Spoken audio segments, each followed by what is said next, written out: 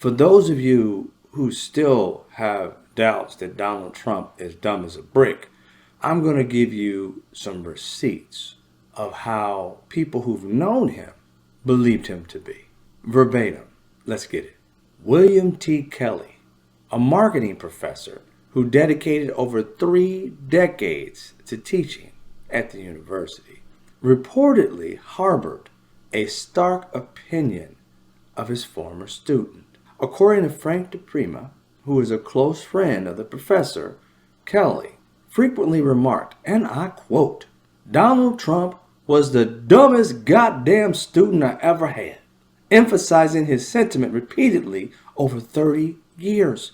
Every time this dude's name was brought up, he was the dumbest goddamn student I ever had. He had to put the emphasis, goddamn student. You know you gotta be bad when your professor remembers how stupid you were. So much so it pissed him off that he had to teach you. He said this before Donald Trump had aspirations of being a president.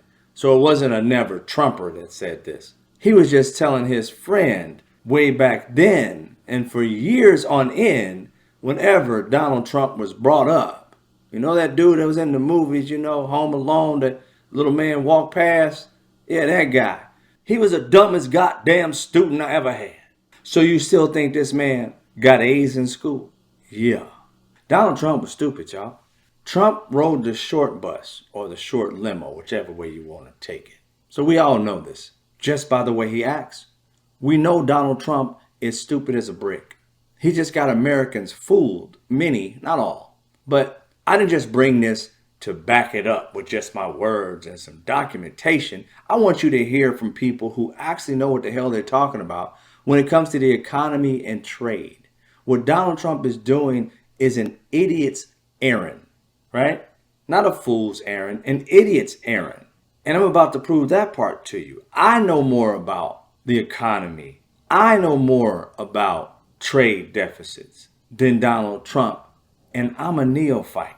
This guy right here you're about to listen to will explain to you why and how easy it is to know. And at 78, about to be 79, this idiot has not found out in all those decades.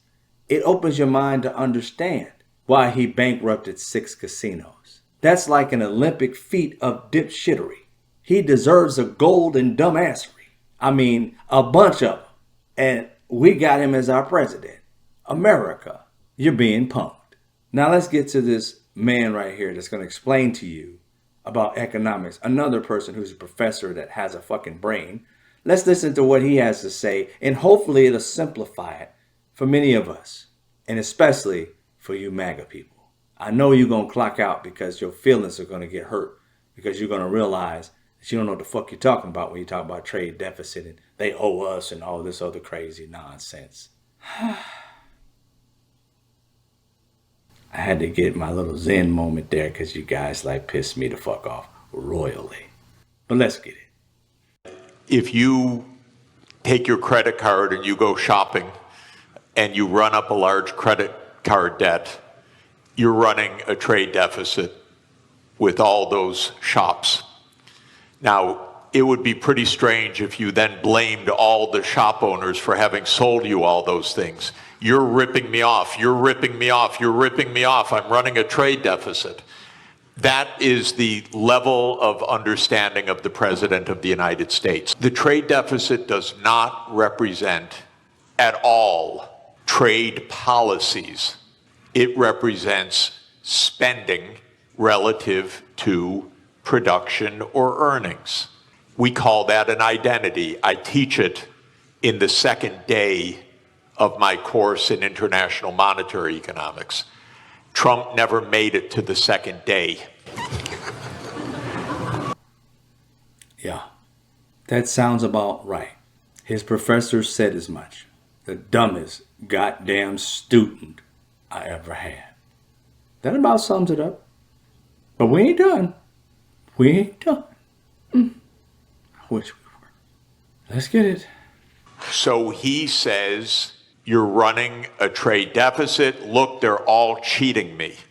But all that's happening is the United States is outspending its national income. And you can look at the national income chart. You can add up consumption and investment and government spending, and you could subtract off gross national product, and lo and behold, what will that equal? Not approximately, exactly. That will equal the current account deficit, which is the comprehensive measure of how much you spend on goods and services versus how much you sell in goods and services. So the United States runs a current account deficit because it spends more than it produces. Why does it do that? We have a big credit card in the United States. It's called the national government. The US government spends about $2 trillion a year more than it takes in revenues. What it's doing is making transfers to the American people and to American businesses. It doesn't tax Americans for those transfers because, here's another little fact, because the congressmen that vote on the budget got into office by being paid for their campaigns by rich people who don't like taxes. That part. Rich people don't want to be taxed. Therefore, we are in debt every year. And these people got into their positions because billionaires and millionaires gave them money instead of putting it into the government. They have no problem giving these government people a crap ton of money that they could be putting in the pot for all American people so that they can pay their fucking taxes. But no, they put their money into these people that we elect. Therefore, they don't have to pay taxes. I'm sure it's much cheaper.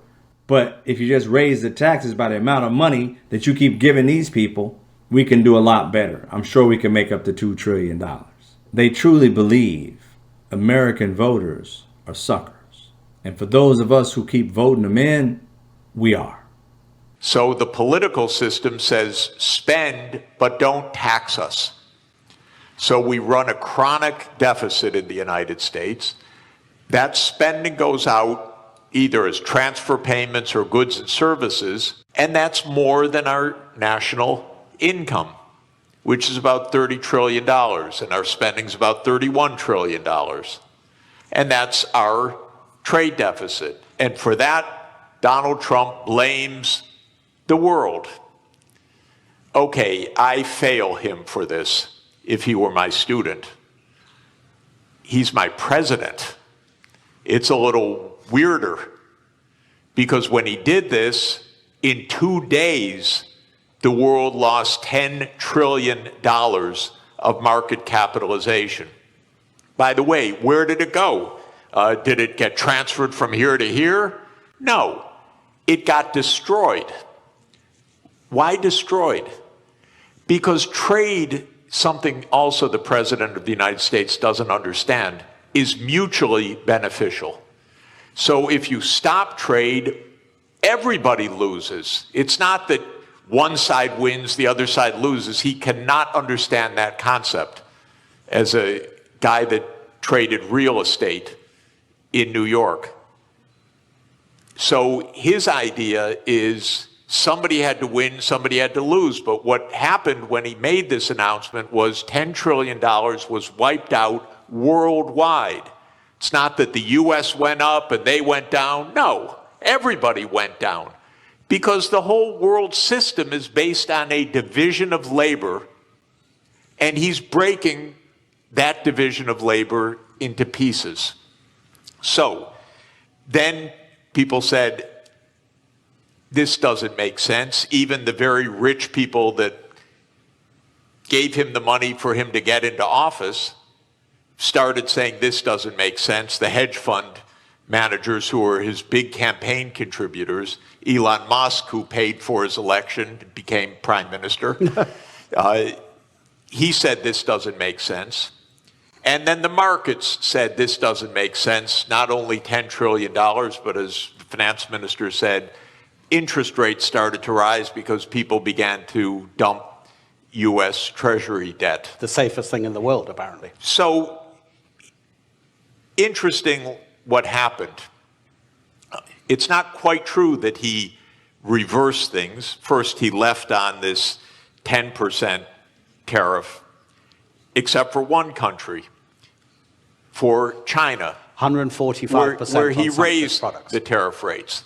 That's because the United States has a deep, neurotic attachment to China. The U.S. political system hates China. Why? Because China's big and successful. And so that the U.S. hates. It's a rival, it's a competitor, and so this is the one thing he left on. Now, he's going to mess up everything with this too, because in a trade war between the U.S. and China, China wins. China does not depend on the U.S. market very much. It's about 12% of China's exports. China will do just fine. It's just dumb policy. There's no more, sorry to say it, there's just no more explanation to this than that. It makes no sense. Now, it raises, if I could, just one last point. How can this happen when it makes no sense? And that, people should understand, we are in one-person rule in the United States. Our political system is in a state of collapse. This part. What President Trump did is an emergency decree. Everything he does is an emergency decree. Literally, you can go on to whitehouse.gov and then follow the menu to executive decrees. And there are dozens of them. And each one starts the same way. With the powers invested in me as President of the United States, I hereby declare A, nonsense, B, nonsense, C, nonsense. Because he's king. Those powers are not invested in the President of the United States. Congress. They're invested in the Congress. You read Article 1, Section 8 of our Constitution. It says that all duties originate with the Congress. And specifically in the lower house, all legislation has to start in the House of Representatives. But the U.S., starting in 1945 after World War II, became a military state to a large extent. And so it sprinkled in its legislation emergency, emergency, emergency.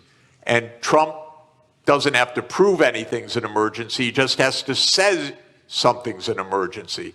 So suddenly the trade deficit became an emergency, and on that basis he issues a one-person rule. Even his aides don't know what he's doing. You raise one final interesting issue, which is that the market recovered about $4 trillion when he reversed. Anyone who knew that 5 minutes before made billions. This is not the cleanest government in the world, I can tell you. I'd be hugely surprised if some people didn't know just a bit ahead of time, starting with members of the U.S. Congress, by the way. Marjorie Taylor Greene. So that was a history lesson about how America works. There's an economic lesson on how the economy works. It was a trade deficit lesson on how trade works. Deficit is not policy. Two separate things. And it also was an awakening, it should have been, for many, that Donald Trump is the dumbest goddamn president we've ever had in this country. Not only a student, we're letting the dumbest business student who has shown us how stupid he is by failing 6 casinos. You should know by now, he's a bumbling idiot. And what he's doing to us now is the same thing he did with the casinos, not knowing how to run a fucking business. And he tried to translate that into running a government.